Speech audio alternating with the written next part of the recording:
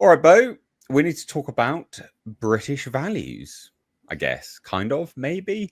This is a bit of a catch-all video, I thought, inspired by the great Stephen Edgington. He is good. I say great. He is very good, actually, at what he does. No, he's a friend of Lotus Eaters. He's a good bloke. He's a good bloke. Yeah. So this is a really interesting piece that has copped an insane amount of flack online. So Stephen Edgington created this 20-minute documentary, I guess. UK versus Britain, how immigration transformed a nation. And you can watch it on YouTube. I've watched the whole thing. Fascinating. Like it's fascinating because you get exactly what you'd expect. So not really that fascinating. But this one in particular copped so much controversy from people, caught so much controversy from people online. A lot of ire thrown Stephen's way. So I think we'll watch this, and then we'll sort of get into some of the replies and your thoughts as well, personally, on it. What does it mean to be British for you? So obviously, like me, I was me being British, yeah. It's all good and yeah, because obviously like I was born here, born in this country in 1997, the 20th of November 1997, and to me, yeah, it's South London. South London is my home in it, and obviously Stockwell, that I grew up going to, that is my home as well in it. Stockwell, Clapham, Brixton as well is my home as well. But what about Britain? What Britain? Yeah, Britain's my home in it. You like it? Yeah. Since 27 years on this earth, yeah. It's been amazing, yeah, and obviously the things have changed for good. I'm going to name some British legends from history, and I want you to respond. What do you think of them? Alfred the Great, Winston Churchill, Lord Nelson, the Duke of Wellington. What do you think of these people?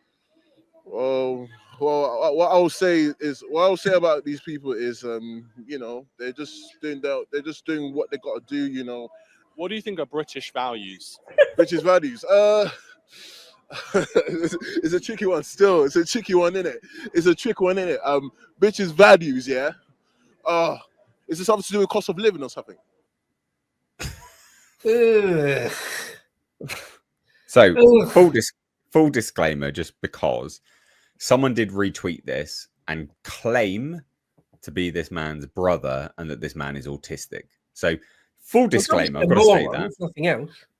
Well, yeah, I've got to say that just because, and that has helped push this into controversy. What do you think of that, anyway? When you asked him about the Iron Duke, or Nelson, Admiral Lord Nelson, or Alfred the Great, he obviously doesn't know anything about them. Or Winston, I think he's Winston Churchill as well. And Churchill, yeah. Well, I don't know what is or isn't in this young man's mind, but I guarantee, or not guarantee, I'd put good money on the fact, and the way he answered is he doesn't know any details about any of them. Right? So Stephen Edgington is quite skillfully there, exposing the fact that he's got no connection to our history and heritage. None. One of the things you can tell quite quickly. I mean, within moments, usually, if someone is articulate or well read or even reasonable. This individual comes across as just a complete moron. I hate Vox Populi. Just going on the street and asking random people what they think about stuff. I always think that's almost always worthless. Not always. Almost always completely worthless. Like, what has he got? What has that guy got to say about anything? Doesn't know anything about anything of any value, right? So what's the point in it? But no, I mean, it's laughable.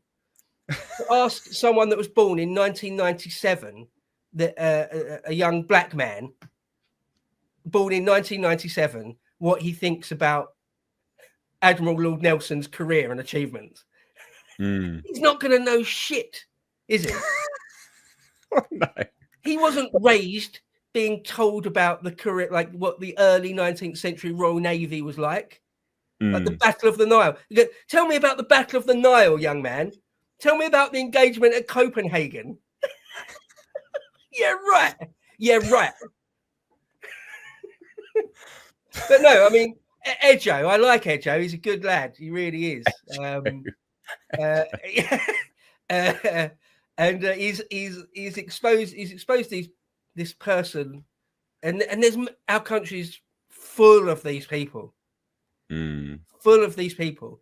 And well, you know, it won't be an eye opener for him where it's like, oh, maybe I really should learn about the Duke of Wellington. Yeah, well, there's maybe I should read a biography or two about Arthur Wellesley. No, it'll be like, you know, that's white boy shit. I'm not interested in that. Yeah, no, I agree. There's potentially some even worse ones on this, where he interviewed. You can actually see her in the background here. This black woman here. You know, she claimed that the Windrush generation built the roads of Britain, because of course they did. God. Yeah, honestly, so bad.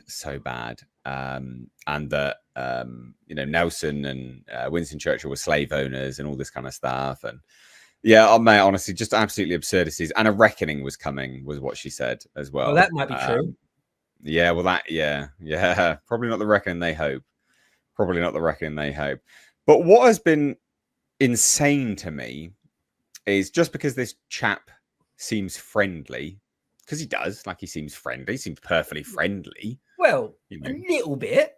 It seems friendly. It could be a facade. I think it's fair to say he appears friendly. I mean, kind of. It's still a bit aggressive. It's still a bit like, yeah, you get me though, innit? You get me, innit? Like, it's like, it's not that friendly. I don't like being around people like that.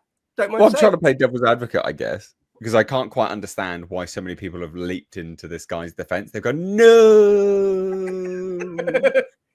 They have let. It's mad. Have they? This story is new to me, basically. Well, so friend of Lotus Eaters, and I've interacted with Tim Davies as well. Nice guy. Yeah, he's great. You know, a good young man investing in the country he was born in. Fair play to him. Solid British man. British, eh? My reply there, if you so wish.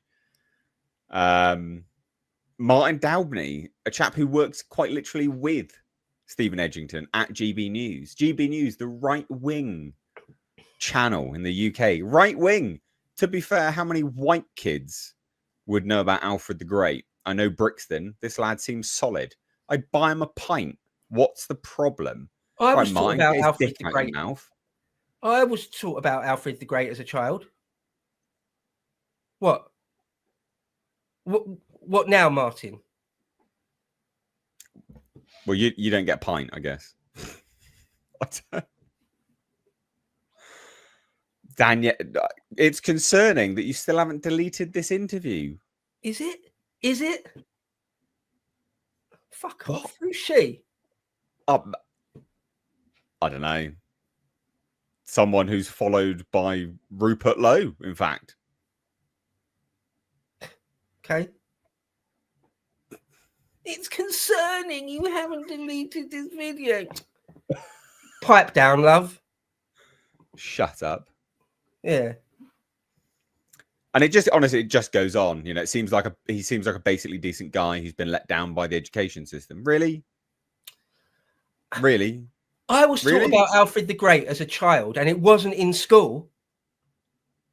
It was because my parents had a sense of history and heritage and told me about it. Yeah. The education system. If schools stopped teaching climate scaremongering and woke nonsense and started teaching Alfred the Great again, he might have half a clue what you're asking him. Still seems like a nice lad. I'm sure he pays his taxes like the rest of us. Barely anyone pays their taxes. Shut up. Barely anyone in London pays their taxes. Shut up. That's a statistical unlikelihood, right? Like, we can look at the stats and see how many people pay their taxes. It is actually unlikely that he does. That's a fact. It's a statistical fact. It's unlikely that he does, actually. I'm sure he doesn't.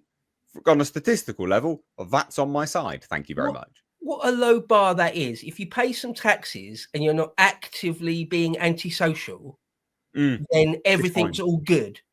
Yeah, just let everyone in. Don't worry about it. The lowest just keeps the going. bar could possibly be. Oh, mate, it just keeps going. I mean, Steve Laws, good take. This is a good litmus test between who's pro and anti-immigration. Yeah, I think that's a good take. Yeah, Steve this Laws is so good. low, and you know Steve it. Laws is good. This guy is this guy is struggling, but innocently trying to answer in good faith. Hard-hitting journalists going after the real baddies. Shame on you. What?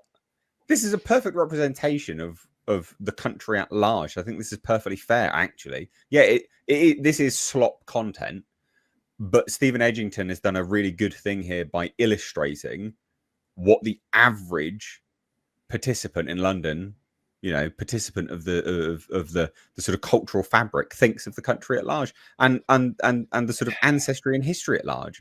So yeah, it is slop content, but it's slop content with a purpose. So no, it's not. This isn't low.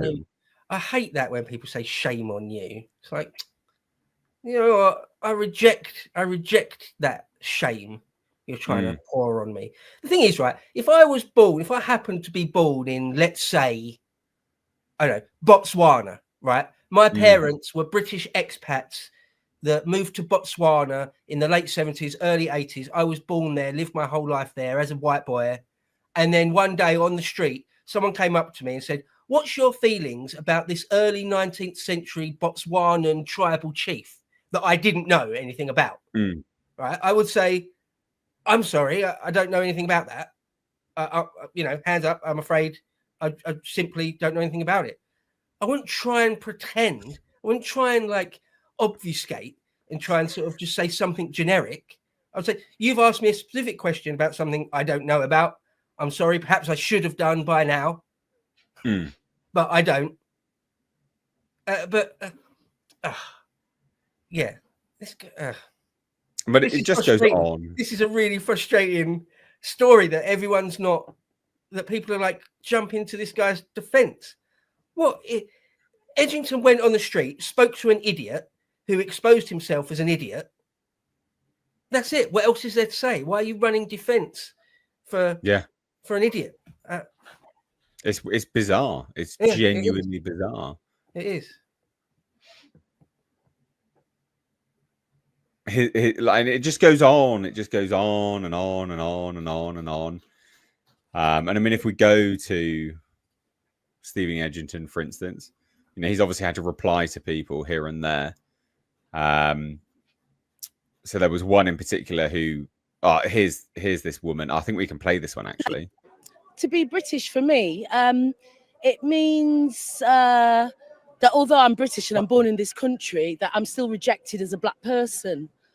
And even though my family came over as a Windrush family, they built the roads, they came here, built up the country, and they're still stigmatizing us as black people and putting us down. That's what it means to be British. So you feel that Britain's a racist country?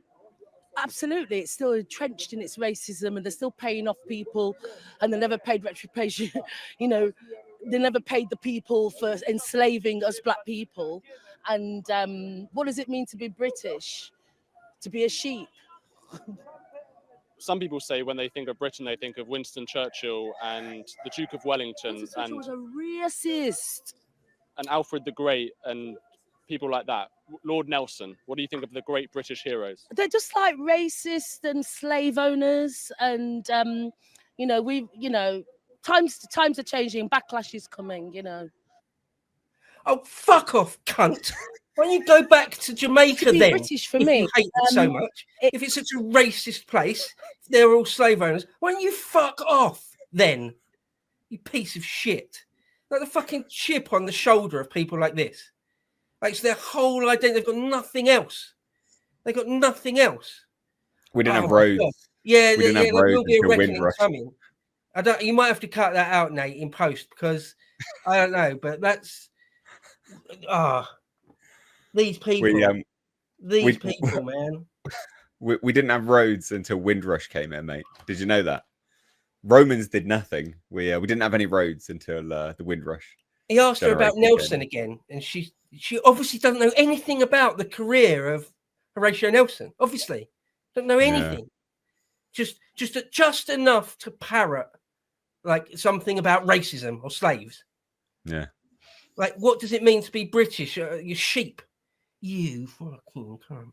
What is that? Sure. That's exactly the sort of person we don't need in this country. We don't need them. They're nothing but a detriment to our society. Someone like that. Yeah. They're not part of the society, are they? They're living. Yeah. They live opposed to the society, the very fabric of English society. They sit opposed to that. They sit adjacent to it. They're outside of it. They don't ingratiate themselves within it. They're awful for it because they just sit there and they antagonize. That's all. That's their sole purpose. It's nothing but resentment, isn't it? It's nothing but resentment. Like I say, the chip on the shoulder is their entire identity. Yeah. That's of no use. That's of no value to us.